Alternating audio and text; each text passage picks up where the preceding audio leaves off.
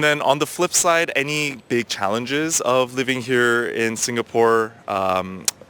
Maybe, for example, like the working culture or anything like that? Well, I mean, the challenge for me personally is that it's far from family. It's far from everywhere. So you kind of have, like I mentioned before, you have to travel a lot. I mean, if to be completely honest, with work culture, the only thing that I really had to get used to was I feel like in the U.S. people are more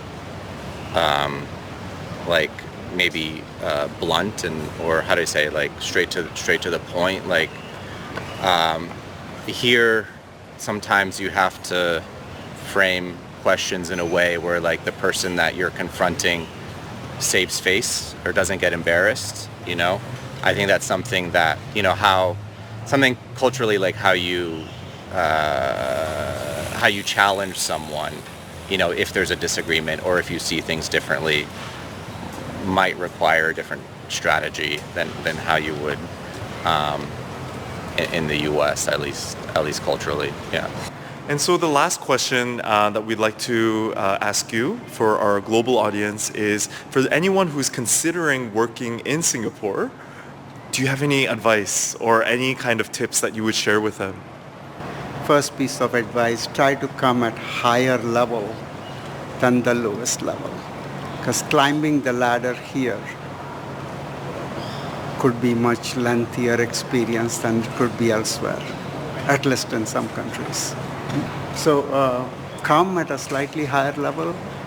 That would be my one piece of advice. Other, be open to changing the balance of work priorities. Because work priorities tend to, depending on the sector, be very different here than, let's say, for example, in the US. Yeah, I would say two things. I'd say one, you've got to have a pretty valuable skill set, because Singapore, it's quite hard to get the employee pass now, and I think that's right because it's such a popular city. But you're going to need some pretty special skills, so invest in yourself and study and work hard.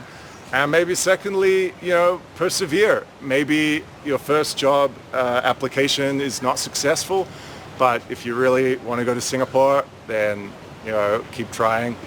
And in the meantime, you can visit Singapore anyway. So don't live in the next